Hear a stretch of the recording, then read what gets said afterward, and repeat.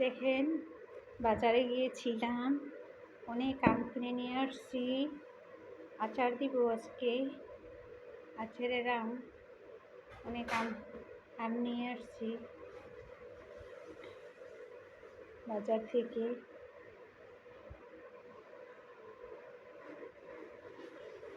12 KG আম নিয়ে আসছি, বড় বড় আম।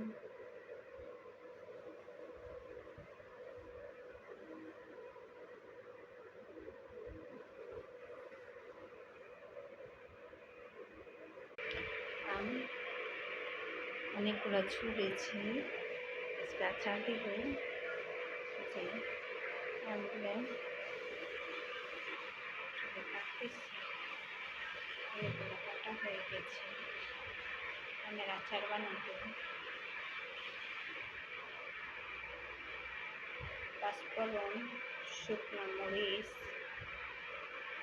এবং আদা রসুন বাটা, লবণ, সরষের তেল এবং চিনি পরিমাণ মতো। যে যেমন মিষ্টি খায় সে পরিমাণ মতো আচার বানাবো। সব কিছু দিয়ে শুকনো মরিচটা টেলে নিব, পাঁচফোড়নটা টেলে নিব, তারপর ব্লেন্ডার করে নিব। প্রথম তেল দিব, তারপর তেজপাতা দিব, তেজপাতা দেওয়ার পর আদা রসুন বাটা দিব।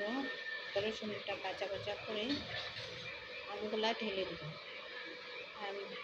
তারপর অনেক করে কষাইয়ে তারপর পাঁচফোড়ন, সরষা বাটা দিব।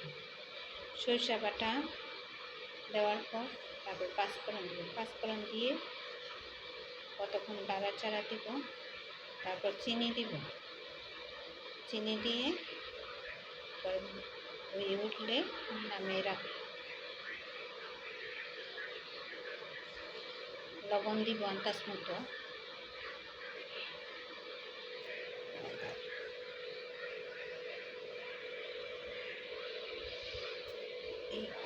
এই আমগুলো অনেক মিষ্টি, নিয়ে এসেছি বাজার থেকে, কেটে কেটে খাচ্ছি এবং আরও আম নিয়ে আসছি।